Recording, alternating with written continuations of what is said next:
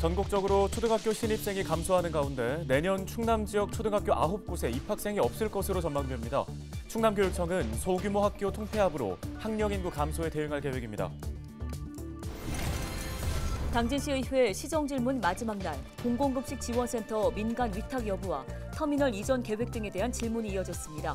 현장에서 나온 주요 발언들 정리해서 전해드립니다. 충남도의회 윤리특위가 음주운전과 거짓 해명으로 논란을 일으킨 지민규 의원에게 출석 정지 30일 처분을 내렸습니다. 선거법 위반 혐의를 받는 김명숙 도의원은 항소심에서 당선 무효형을 선고받았습니다. 당진에서 차가 도로 옆으로 추락하면서 불에 타 한 명이 숨지고 한 명이 다쳤습니다. 경찰은 정확한 사고 경위 조사에 나섰습니다.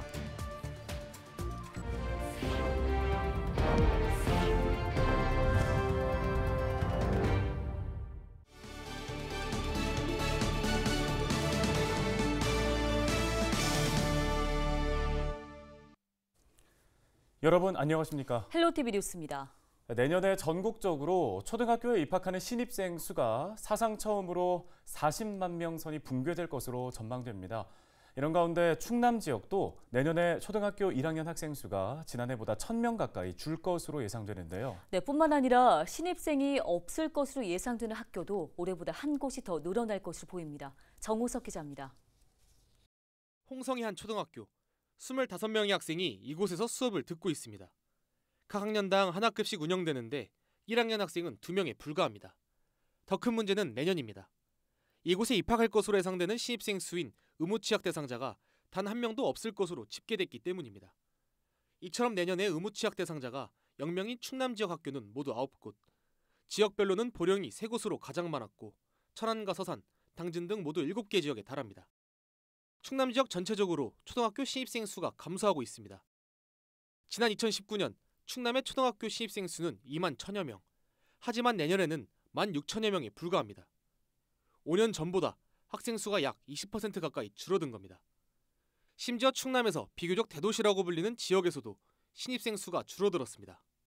충남 내에서도 전체적으로 인구 유입이라든지 도시개발이 활발한 천안, 아산, 당진, 서산, 내포도 최소 15%에서 많게는 22%까지 초등학교 신입생 대상자들이 줄어들고 있는 상황입니다.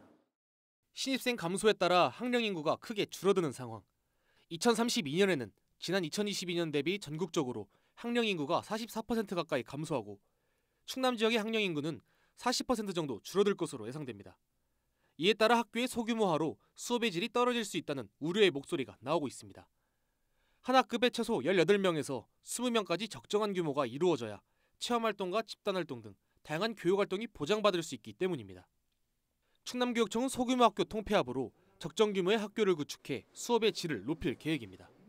인근 학교들 간의 어떤 공동체를 형성을 해서 적정한 규모, 소위 일부 통폐합이 될 수도 있고요. 한 곳에 모여서 다양하게 교육과정이 펼쳐질 수 있는 그러한 미래형 학교를 육성하기 위해서 좀 노력을 해야 될 것 같습니다.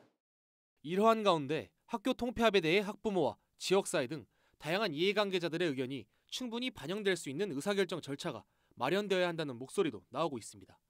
헬로티비 뉴스 정호석입니다.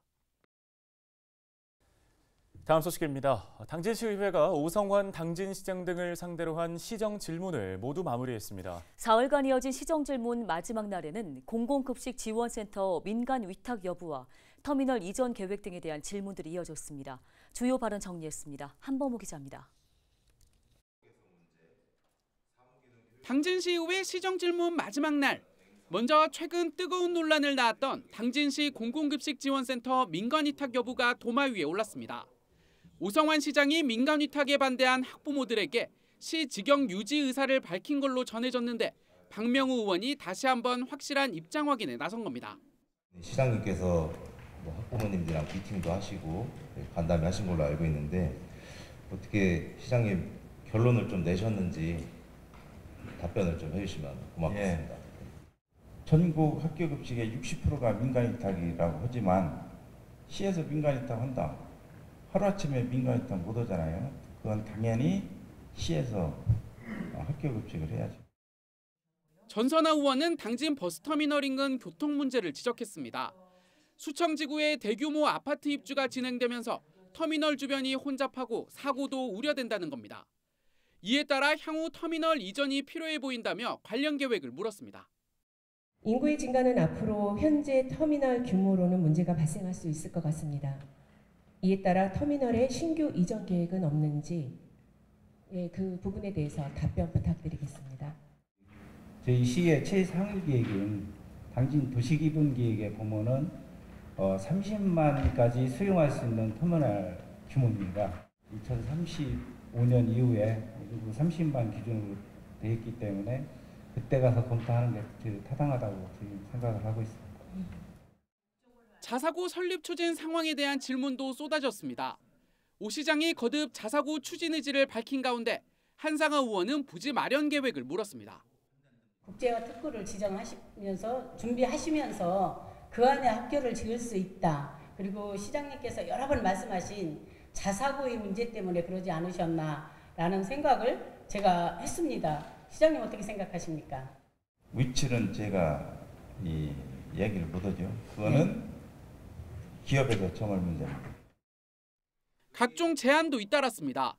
심희수 의원은 임대아파트 빈세대를 당진시가 빌려 외국인 유학생과 계절 근로자들의 주거 공간으로 활용하는 방안을 제시했고, 한상아 의원은 주차난 해소를 위해 학교와 종교시설 등을 공유주차장으로 활용해야 한다고 주장했습니다. 당진시의회는 다음 주부터 내년도 본예산 심의 절차에 돌입합니다. 헬로티비 뉴스 한보호입니다.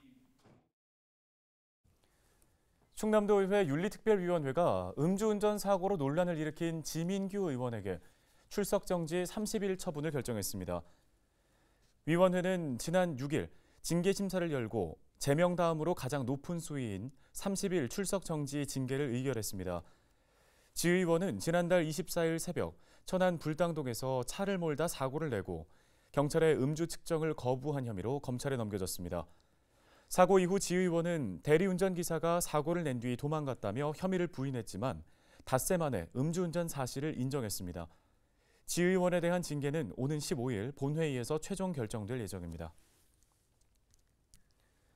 선거법 위반 혐의로 재판에 넘겨진 김명숙 충남도 의원이 항소심에서 당선 무효형을 선고받았습니다. 8일 대전고법 형사 1부는 김명숙 의원에게 벌금 100만 원을 선고했습니다. 이는 당선 무효형에 해당하는 형량으로 대법원에서 형이 확정되면 김 의원은 의원직을 잃게 됩니다. 김명숙 의원은 지난해 6월 전국 동시지방선거 운동 기간 중 선거운동원 2명에게 선거법 규정에 어긋난 수당 65만 원을 각각 지급한 혐의로 기소됐습니다. 당진에서 차가 도로 옆으로 떨어지면서 2명의 사상자가 발생했습니다. 8일 새벽 2시 20분쯤 당진시 송하급의 한 지방도에서 승용차 한 대가 도로 옆으로 떨어졌습니다. 이 사고로 60대 A씨가 전신에 2도 화상을 입고 병원으로 이송됐으며 신원이 확인되지 않은 B씨는 사망한 것으로 전해졌습니다. 소방당국은 A씨는 사고 직후 운전석을 통해 탈출했고 B씨도 운전석으로 탈출하려 한 것으로 추정하고 있습니다. 경찰은 정확한 사고 경위를 조사할 예정입니다.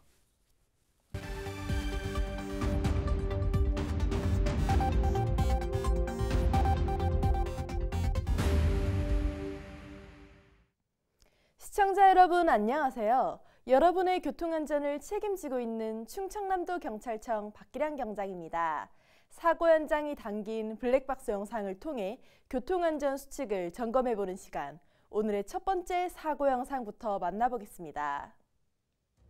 지난 10월 당진의 한 도로, 블랙박스 차량이 본선 도로에 합류하는데요. 잠시 뒤 후방 직진 차량이 추돌하는 사고가 발생합니다.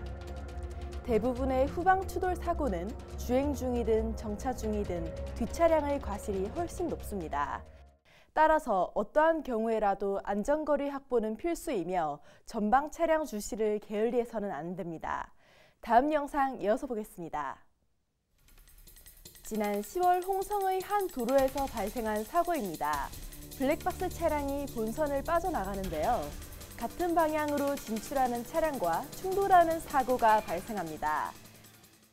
갈림길에서 길을 잘못 들어 급하게 진로를 바꾸려다 일으킨 사고인데요.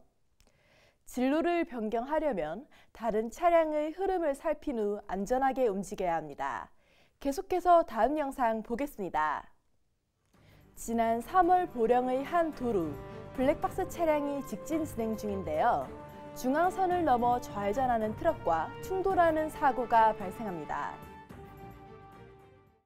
좌회전이나 유턴이 금지된 곳에서 좌회전, 유턴을 하다 사고를 내는 경우 도로교통법상 중앙선 침범 조항이 적용돼 처벌받습니다. 어떠한 경우라도 중앙선은 절대 넘어선 안 된다는 점 꼭 명심하시길 바랍니다. 지금까지 블랙박스로 본 교통안전 박기량 경장이었습니다.